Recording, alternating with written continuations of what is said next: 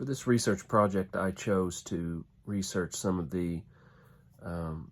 database for some newspapers which covered the debates in the United States in the 1940s, which concerned what America's role should be in World War II. And there were two very distinct viewpoints in the World War II years and in the years leading up to World War II. Primarily, you had the viewpoint of the America First Committee, America First Conservatives, of which Charles Lindbergh was famously a part, which argued for American neutrality and American isolationism. And then you had the liberal progressivism of the FDR government and the ideology that America should be very aggressive internationally, and those within the FDR government and within Washington, the left wing of Washington at the time, which believed America should play a very aggressive role in a new world order, a new world democratic order. And so these news articles underscore the debates which are ongoing in these years.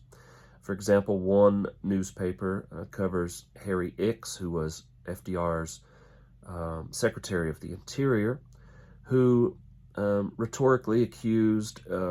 Charles Lindbergh and his wife and other members of the America First Committee of being fascist sympathizers. And very often, the rhetoric would include outright accusations that they were working for Hitler and the fascist government of Germany. And then other of these articles show the opposite accusations and the opposite information, which eventually came out in the post-World War II years, where the J. Edgar Hoover FBI was investigating communist activity in the United States government, in which they believed there were the FDR government in the World War II years was heavily infiltrated by Soviet spies, and much of this was due to the accusations of former communists such as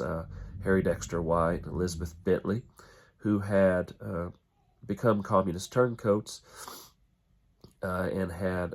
named names and places and dozens of figures who were Soviet spies who worked at the very highest levels of the FDR government. And so not only does this show the tension between the America First the America First Committee and the liberal progressive ideology of FDR and the debate surrounding that, but the irony, of course, is that while liberal progressives such as Ickes were accusing Lindbergh and others of the America First Committee of being literal fascists, the Venona decrypts, which later came out, were declassified in 1995, show that the information the FBI was working with at the time was accurate, and that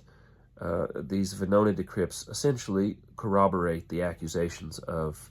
many of people like Harry Dexter White and Elizabeth Bentley, and show, in my opinion, beyond a shadow of a doubt, that the FDR government had Soviet spies working in it at the very highest levels and pushing for this very liberal progressive narrative, which would serve international interests, and specifically the interests of Soviet Russia against Nazi Germany. So all these articles show very well that